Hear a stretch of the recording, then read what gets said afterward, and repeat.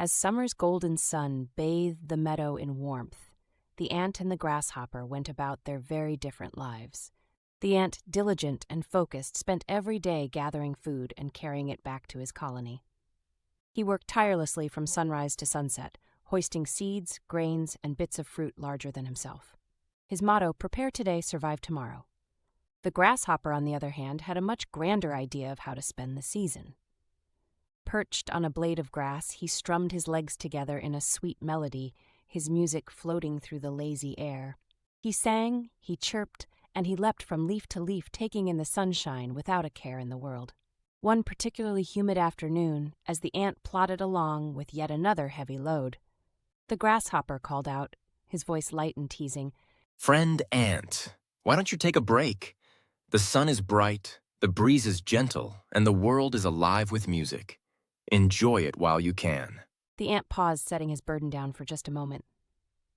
He looked up at the grasshopper, who was lounging on a daisy with a blade of wheat in his hands like a violin bow.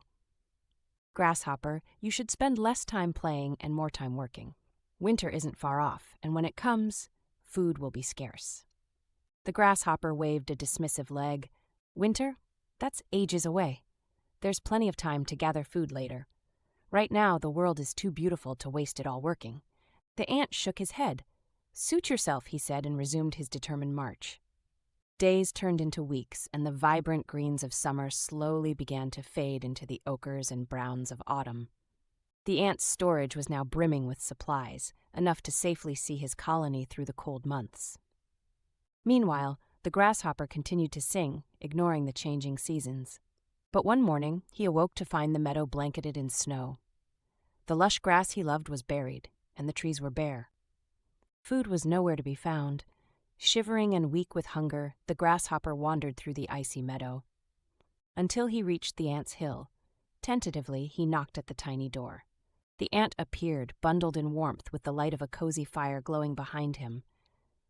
"Please, ant," said the grasshopper, his voice trembling, "I have no food and no shelter. Will you help me?" The ant studied his old companion for a moment, then sighed. "Grasshopper, I will share what I have, but only on one condition." The grasshopper replied eagerly, "Anything! Next summer you work with us.